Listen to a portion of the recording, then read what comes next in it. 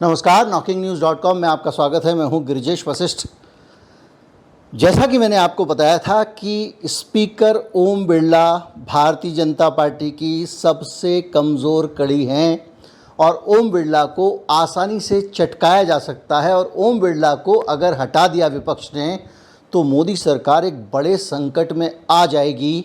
और ये जो स्थिति है जिसमें एक स्पीकर को विपक्ष में कोई भी भरोसा नहीं कर रहा है, हर दिन उसके अंदर अविश्वास व्यक्त किया जा रहा है, इसका नतीजा ये हुआ है कि स्पीकर भयंकर दबाव में हैं। इतने दबाव में हैं कि सत्ता पक्ष तड़प कर रह जा रहा है कि वो किसी तरह से विपक्ष के ऊपर स्पीकर की मदद से दबाव बना ले, लेकिन काम नहीं कर रहा है। एक अकेला सब पर भारी, एक अकेला सब पर भारी का जो नारा था उसको आज संसद ने साक्षात देखा। राहुल गांधी का जो भाषण है, ख़ास तौर पे अविश्वास प्रस्ताव पर जो उनका भाषण है, उस भाषण में एक चतुर, स्मार्ट और शातिर राजनेता दिखाई देता है। और उस राजनेता ने भारतीय जनता पार्टी को पूरी तरह हिला दिया। हालात ये हुए कि इस भाषण के अंदर 2 बार पीएम मोदी को खड़े होकर राहुल गांधी के भाषण को इंटरवीन करना पड़ा, जैसा पहले कभी नहीं हुआ था। मोदी जी बैठे रहते थे चुपचाप, लोग भाषण दे के चले जाते थे, कोई फ़र्क नहीं पड़ता था। अमित शाह को बार बार उठकर इंटरवीन करना पड़ा। सारे मंत्री इसमें कूदे, रक्षा मंत्री उठे, राजनाथ उठे, कृषि मंत्री उठे, किरण रिजिजू उठे, अनुराग ठाकुर उठे, यहाँ तक कि पुराने मंत्री, पूर्व मंत्री रविशंकर प्रसाद भी उठे।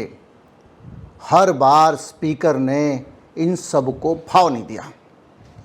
क्यों नहीं दिया इसको आप समझेंगे। और हालत ये है कि अमित शाह को झल्लाकर ये कहना पड़ा, क्या कुछ लोग संसद के नियमों से ऊपर उठ गए हैं? अध्यक्ष महोदय, आप कोई कार्रवाई क्यों नहीं कर रहे हैं? आप सोचिए। खड़े होकर अमित शाह को बोलना पड़ा कि आप स्पेशल रियायत दे रहे हैं राहुल गांधी को, आप राहुल गांधी के खिलाफ कोई कार्रवाई ही नहीं कर रहे हैं। तो कैसे सदन में चल सकता है मान्यवर? आप एक तरफा नियमों के ऊपर जाकर उनको रियायत दे रहे हो मान्यवर। हमें संरक्षित करिए, ऐसे नहीं चलता। तो कैसे सदन में चल सकता है मान्यवर? सोचिए, अमित शाह जैसा पावरफुल नेता झुंझला रहा था संसद में और ओम बिरला कोई एक्शन नहीं ले रहे थे। और माननीय सदस्य, आप विपक्ष के नेता हैं, आप बहुत सम्मानित हैं, इसके अलावा कोई भाषा का इस्तेमाल नहीं कर रहे थे। तो ये कमाल आज के विपक्ष के नेता राहुल गांधी के भाषण का था। अब इस पे जब आप एक कदम आगे बढ़ते हैं, जब आप देखते हैं कि विपक्ष के नेता का ये भाषण जो था, इस पर विपक्ष इतना तिलमिला क्यों रहा था, तो आपको समझ में आएगा कि राहुल गांधी ने लगातार तगड़े हमले किए। एक हमला ये किया कि वो भगवान शिव की फ़ोटो लेकर सदन में खड़े हो गए और उसके बाद उन्होंने भगवान शिव की चीज़ों का वर्णन करते हुए एक के बाद एक भारतीय जनता पार्टी पर हमले किए। स्पीकर कह रहे हैं कि आप कोई फ़ोटो नहीं दिखा सकते हैं, पोस्टर नहीं दिखा सकते। उसके बाद राहुल गांधी ने दिखाया 3 बार, 4 बार, 5 बार। Over refuge. Okay. Sir, Shiv ji की फोटो नहीं दिखा सकते सर? 1 मिनट माननीय सदस्य। सर, शिव जी की फोटो मना है सर? एक मिनट सर, मना है तो रख देता हूं सर। नो, एक मिनट प्लीज। आपने सवाल उठाया, आपके माननीय सदस्यगण 353 का नियम बता रहे थे, 352 का नियम बता रहे। No please no. आपने कहा इस नियम प्रक्रिया से सदन चलना चाहिए। नियम प्रक्रिया में कोई भी प्ले कार्ड, कोई भी चिन्ह को सदन में नहीं दिखाया जा सकता। आपने कहा नियम से, ऐसा नहीं है। माइक दीजिए सर जी। सर, क्या इस हाउस में शिव जी की फोटो दिखाना मना है? माननीय सदस्य, आप बस ये बता दीजिए। माननीय सदस्य सर, मना है या नहीं? कोई भी चित्र को दिखाने के तो शिव जी का चित्र इस साधन, इस हाउस में दिखाना मना है? यहाँ पे दूसरी चीजों के चित्र दिखाए जा सकते हैं, मगर शिव जी का चित्र नहीं दिखा जा सकता। अगर मैं कह रहा हूं कि हमें इनसे प्रोटेक्शन मिली और मैं समझाना चाह रहा हूं कैसे प्रोटेक्शन मिली, आप मुझे चित्र नहीं दिखाने दे रहे हो। गुरु नानक का फोटो कुछ मुस्लिम फोटो, ईसा मसीह का फोटो, सारे फोटो दिखा दिए और बार बार भारतीय जनता पार्टी पर हमला किया। नतीजा ये था कि स्पीकर उनको कह रहे थे कि आपसे अपेक्षा नहीं की जाती, आपको नहीं करना चाहिए, नियम के विरुद्ध है। उसके बावजूद राहुल गांधी ये कर रहे थे और वो स्पीकर जो एक झटके में लोगों को उठाकर बाहर फेंक देते थे, बीजेपी की तरफ से तगड़े दबाव के बावजूद, व्यवस्था का प्रश्न उठाने के बावजूद चुपचाप सह रहे थे। और उसकी जो वजह थी वो यही है कि स्पीकर को पता चल गया है और उनको हिदायत भी दी गई है, मोदी जी ने उन्हें नसीहत भी दी है। ऐसा समझा जाता है कि स्पीकर साहब ज़्यादा पंगे मत लीजिए, क्योंकि आपका ही पद ऐसा पद है जिसको साधारण बहुमत से कभी भी उठाकर फेंका जा सकता है, और आप चटक गए तो भारतीय जनता पार्टी का पूरा जो रौब रुतबा रहा है वो चटक जाएगा।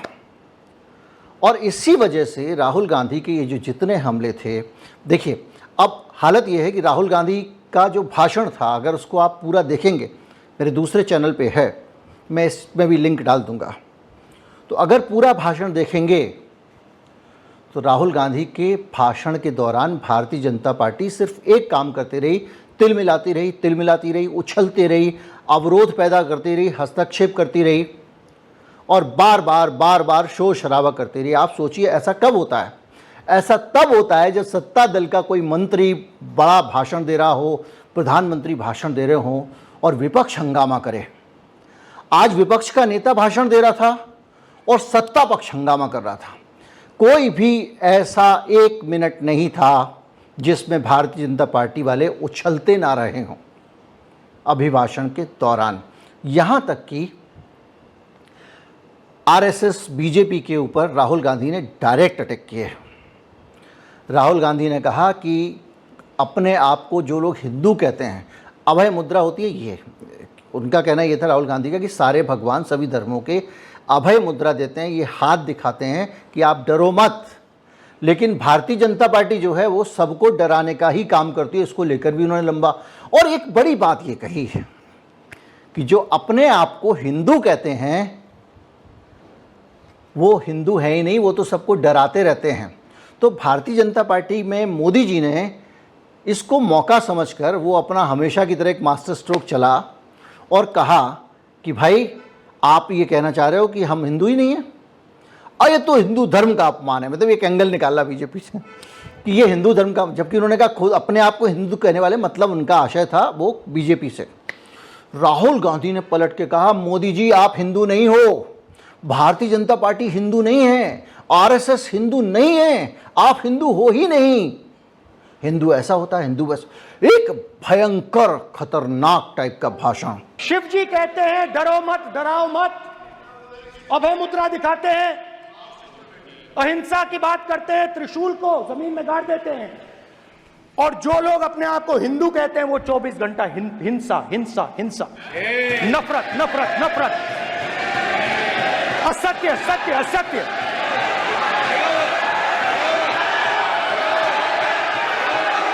आप हिंदू हो ही नहीं।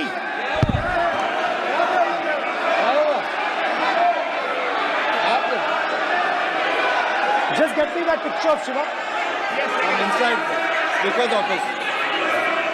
हिंदू धर्म में साफ लिखा है सत्य के साथ खड़ा होना चाहिए, सत्य से पीछे नहीं हटना चाहिए, सत्य से नहीं डरना चाहिए। अहिंसा हमारा प्रतीक है। अभय मुद्रा ऐसे कीजिए, ऐसे कीजिए, अभय मुद्रा।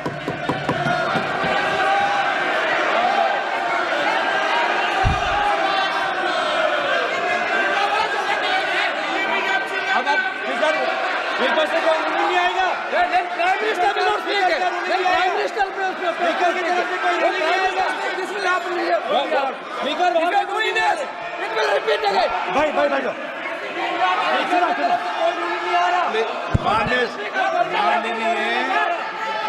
ये आप बात समझिए, आप बात समझिए। ये इसलिए चिल्ला रहे हैं क्योंकि तीर यहाँ पे दिल में लगा है।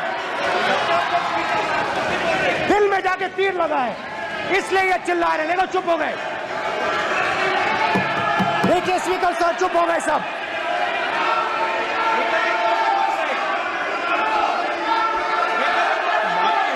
एक मिनट।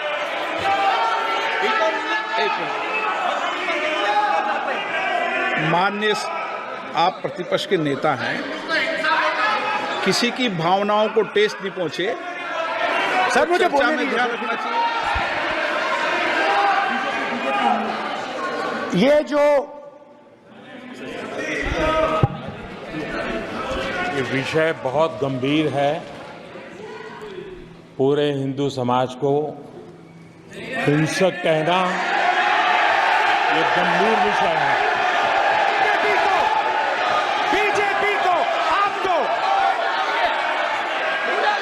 नहीं, नरेंद्र मोदी जी पूरा हिंदू समाज नहीं है, बीजेपी पूरा हिंदू समाज नहीं है, आरएसएस पूरा हिंदू समाज नहीं है।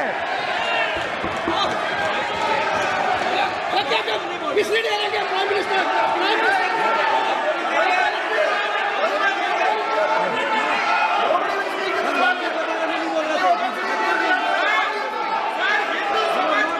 भूपेंद्र यादव जी, ये ठेका नहीं है बीजेपी का। भूपेंद्र यादव जी बोलना चाहते हैं आप? ये सब हिंदू हैं यहाँ पे, ये सब हिंदू हैं।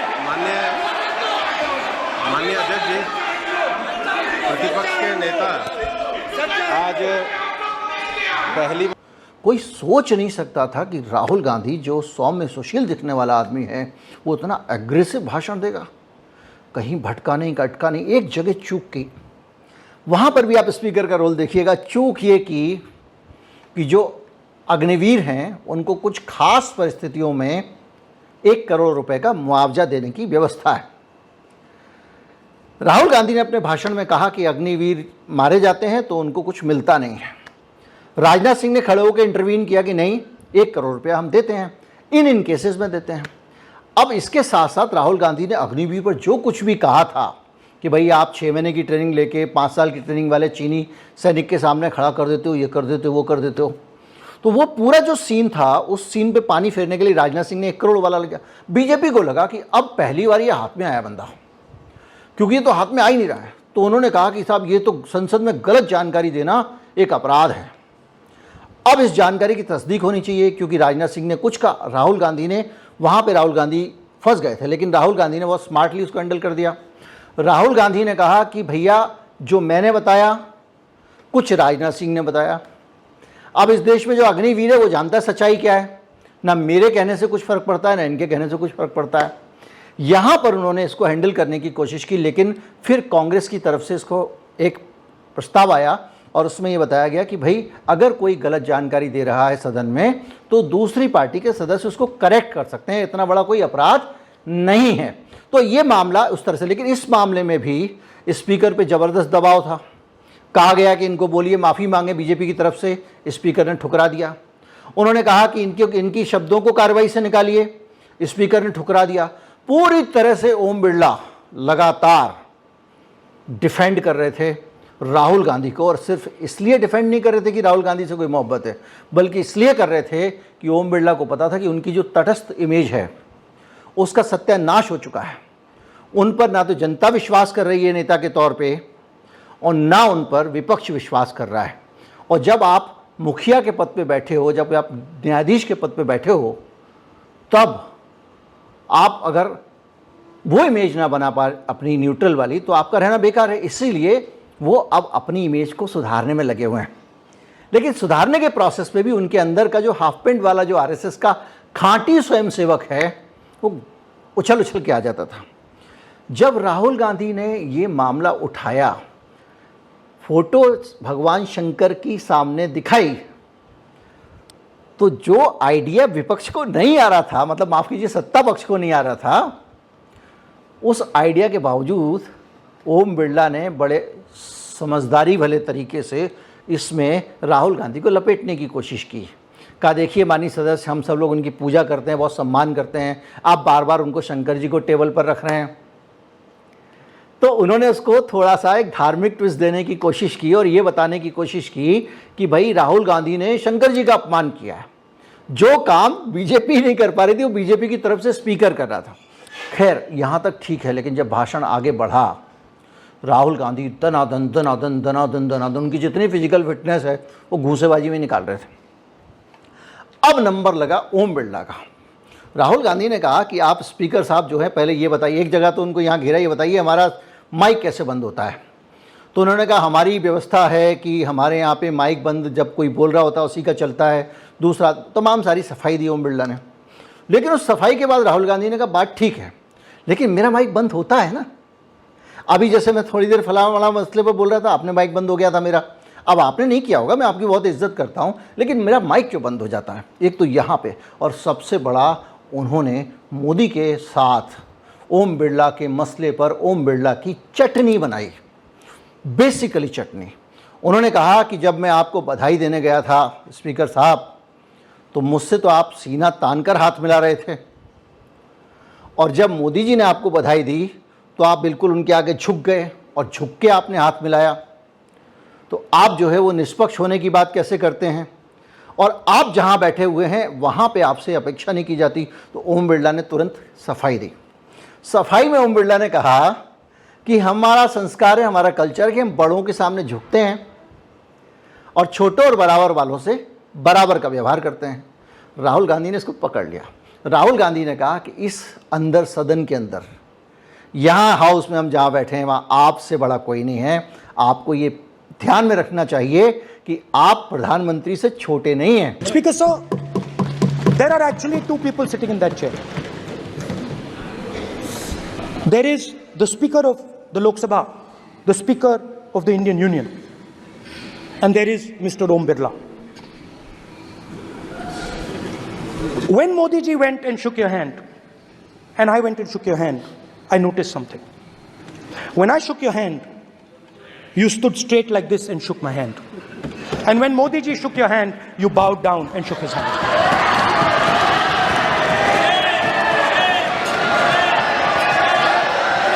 ये आसन के सामने आरोप है, ये चेयर के सामने आरोप कर रहे हैं माननीय। Now with all respect, sir,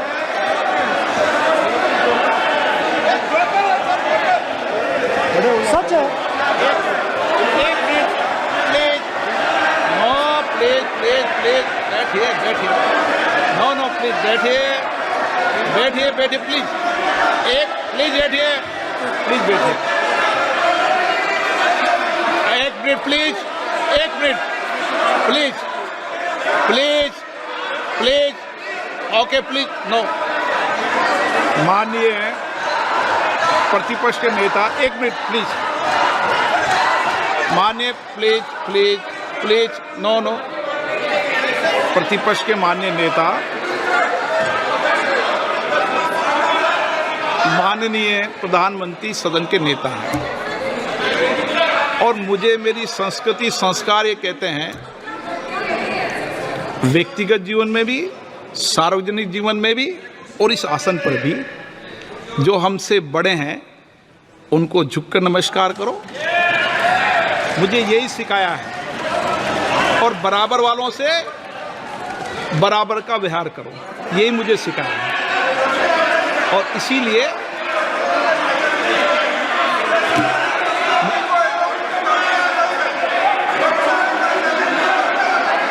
speaker sir, speaker sir, अगर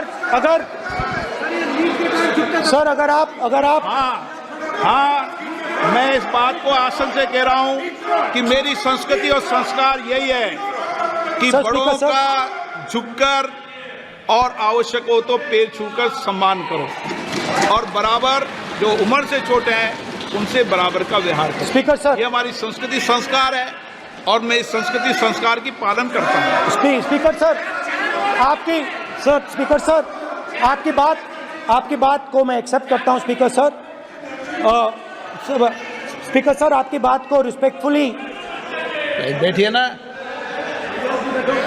स्पीकर सर, मैं आपकी बात को रिस्पेक्ट करता हूं, मगर आपको कहना चाहता हूं कि इस हाउस में स्पीकर से कोई बड़ा नहीं होता। स्पीकर सबसे बड़ा है, हम सबको स्पीकर के सामने झुकना चाहिए।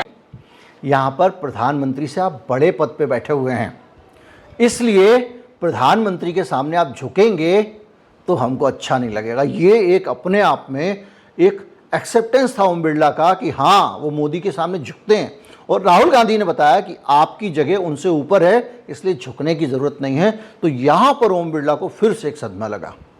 तो बहरहाल आज की जो कार्रवाई थी, उस कार्रवाई में दो पहलू थे। एक पहलू था राहुल गांधी की धुआंधार बैटिंग, बाउंड्री पे बाउंड्री मारना, T20 था एकदम, और दूसरा स्पीकर का अपनी जान बचाते रहना। स्पीकर अब आने वाले कुछ समय तक कोशिश करेंगे कि वो संभल कर खेलें, नॉन स्ट्राइकर एंड पर रहें और ऐसे संभले रहें कि कहीं ऐसा ना हो कि मौका देख के उनको विपक्ष उड़ा दे, क्योंकि लगातार पहले दिन से स्पीकर कंट्रोवर्सी में, और कांग्रेस पार्टी और विपक्ष स्पीकर को छोड़ना नहीं चाहते हैं, इसलिए एक एक करके स्पीकर को निशाना बना रहे हैं। हिंदू होते तो आपको अयोध्या में ये दिन नहीं देखना पड़ता। क्या क्या बोला, अब मैं पूरा लिंक लगा दूंगा, पूरा भाषण सुनने लायक है। मुझसे अगर आप पूछेंगे तो ये जो राहुल का भाषण है, ये जो दूसरी चीज़ है, पहली मैंने बताया स्पीकर की धुनाई, वो भाषण पिछले कई सालों में,